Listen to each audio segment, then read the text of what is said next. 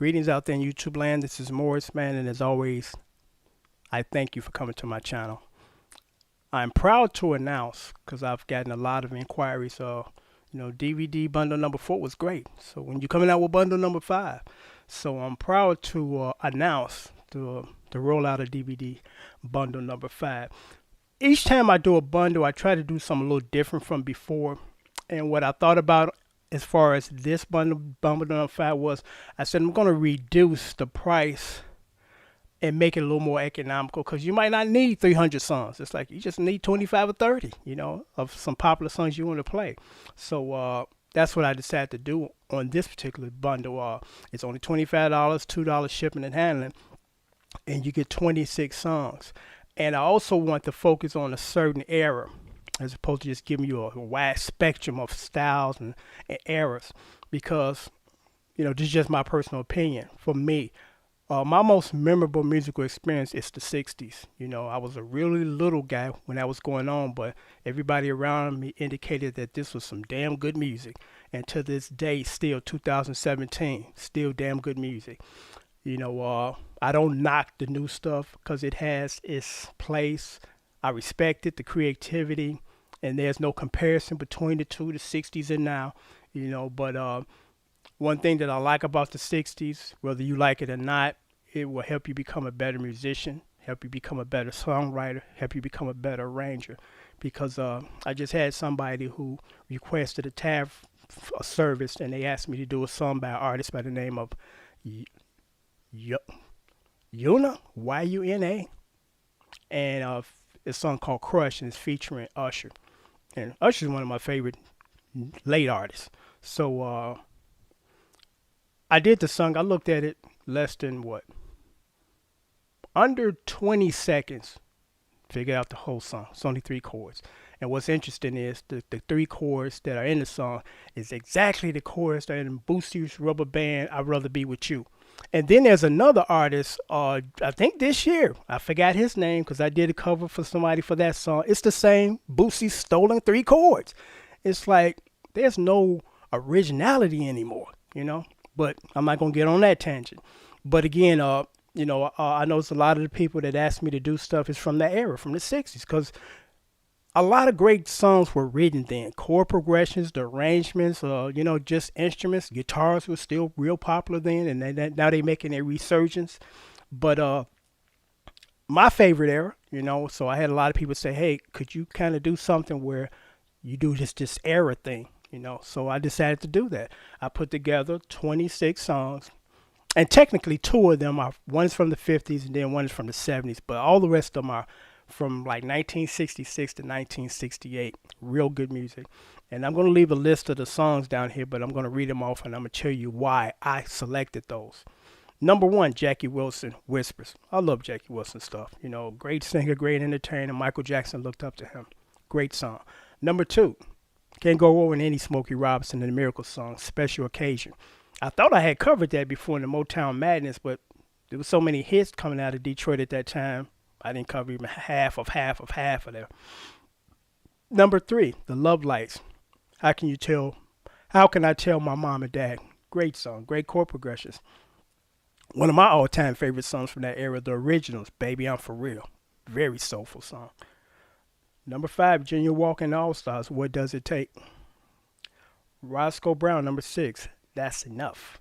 Number 7, a rare Marvin Gaye song. I kind of stumbled onto this one about a week ago.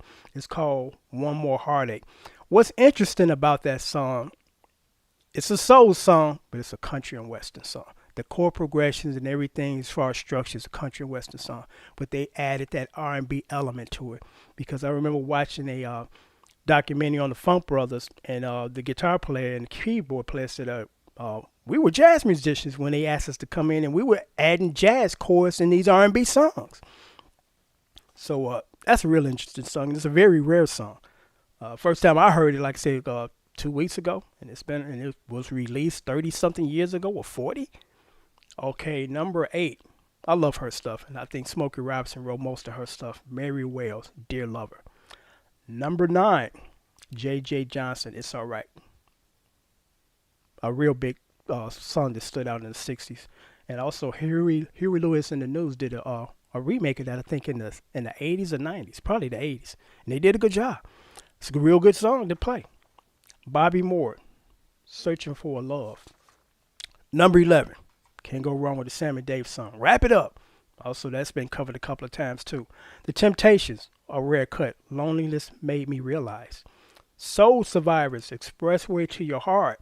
Number 14, Martha Vandellas and the Marvelettes. Jimmy Mack, When Are You Coming Back? Number 15, Eddie Holman, This Can't Be True. Number 16, Edwin Starr, S.O.S. Number 17, Lee Dorsey, Get Out of My Life. Number 18, Stevie Wonder, I Was Made to Love Her. Whenever I do Stevie Wonder stuff, I get a lot of views because Stevie's just a genius. Number 9, I believe it's the Unifics, Court of Love.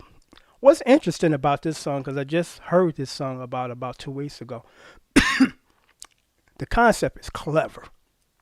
And if it was done, and if it was remade, the video would be dynamite. Because a good song tells a story, and when you listen to it, it unfolds in your mind. And this song, I seen the video for it. It's real clever. It's called Court of Love. And what it is this guy got his heart broke by this woman, and he taking her to court, love court. And he's pleading his case as far as this is what she did to me, and do you agree that she broke my heart? And of course, at the end, it's like, we agree, she did break your heart. And the vocals, this guy's just very soulful. I mean, listen to that song, almost brought tears to my eyes, because you can hear a good singer really makes you feel what they're singing, whether it happened to them or not. And usually it hasn't. They just singing a song, but you were led to believe that somebody broke his heart and broke his heart badly. It's like, whoa, I feel for you. So, great song and great vocals. I mean, that guy could sing.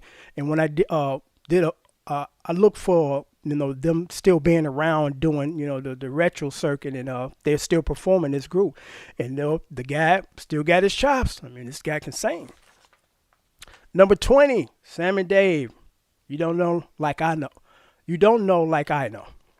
Number 22, another Smokey Robinson and the Miracle song, More Love. Number 23, Erma Franklin, Piece of My Heart. Number 24, Jay and the Techniques, Apple Peaches Pumpkin Pie. Man, I remember that song as a kid running around the house in the 60s. Number 25, which is out of the 50s era, which I actually posted on YouTube, and I said it's a preview of what's to come in the bundle number 5 released today. Peppermint Twist, Joy in the Starlights. Number 26, Marvin Gaye, I Want You. I like to do a lot of Marvin Gaye's tunes because Marvin has a really unique way of writing and the chord progressions. And for a moment, it takes you a moment to kind of figure it out, but it's worth the figuring it out because they're just brilliantly written songs. Marvin Gaye, to me, was a very underrated singer, even though he was a superstar. I thought he was even a bigger superstar than him being the superstar, because not only he was a tremendous singer, he was also a gifted drummer. Check out this song called T Plays It Cool, because back in the 70s when I used to go skating, it used to be the son that used to play at the skating rink. I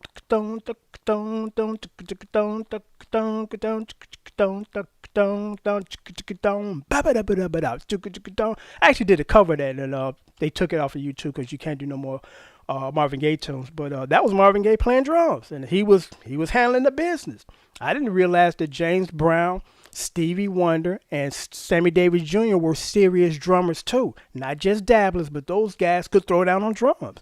And of course, Marvin Gaye played piano too, And I'm going to say this and then I'm going to sign off. But, as far as the Marvin Gaye thing, the album What's Going On, him and Berry Gordy locked horns on a lot of creativity issues.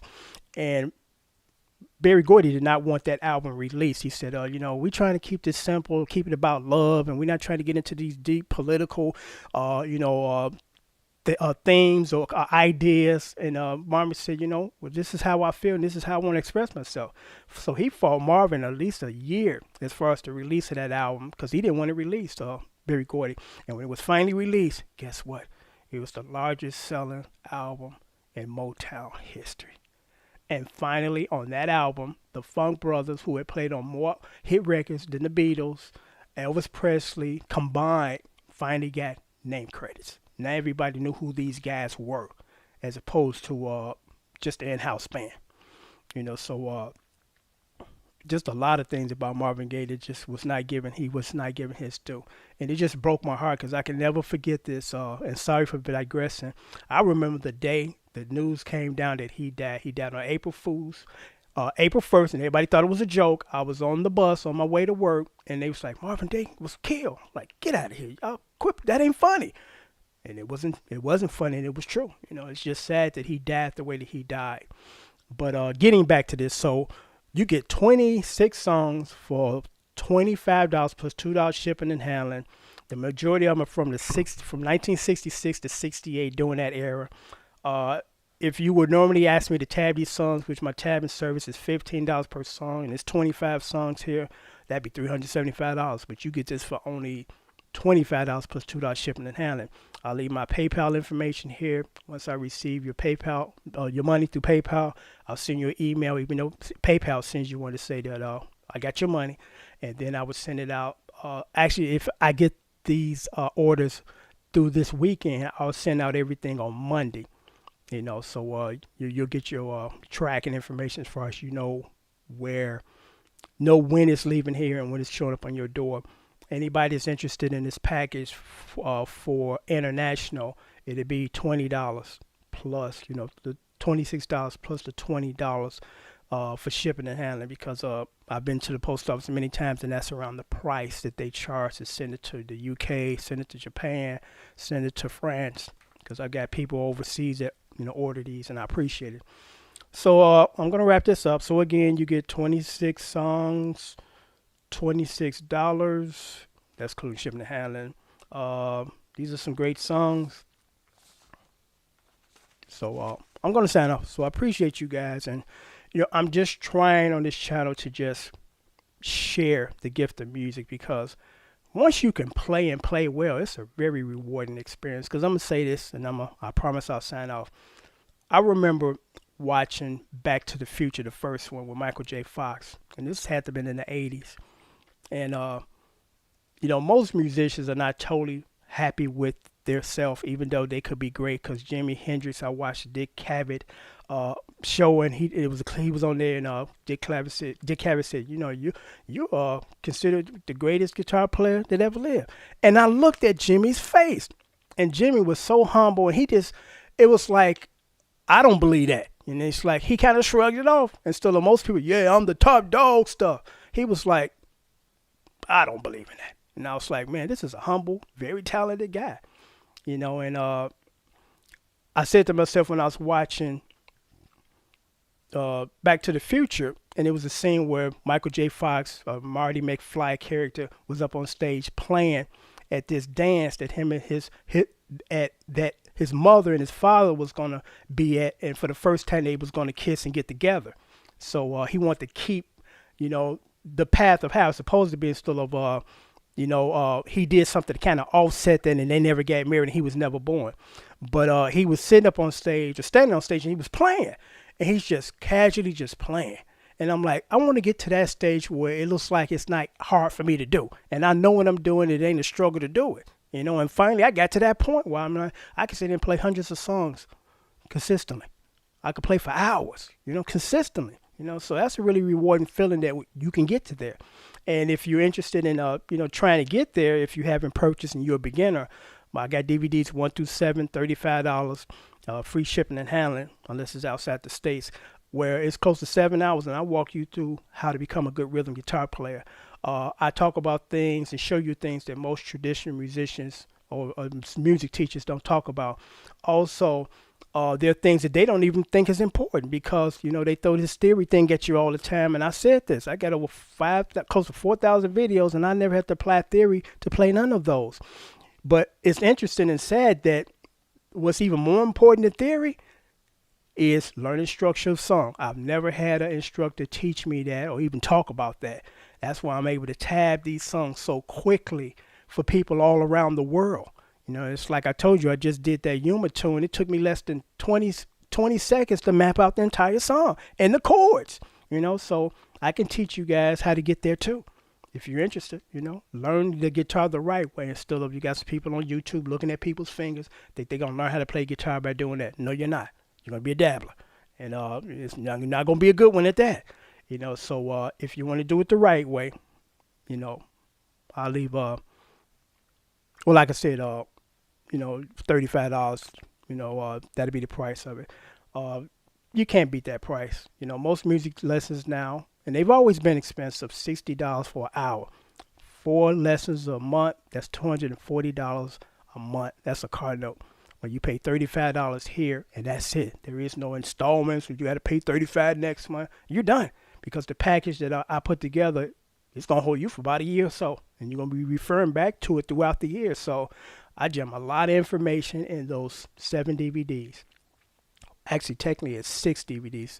DVD lesson number 5 and 6 are on the same DVD, so I just want to make that clear. So until next time, take care. Thanks for watching.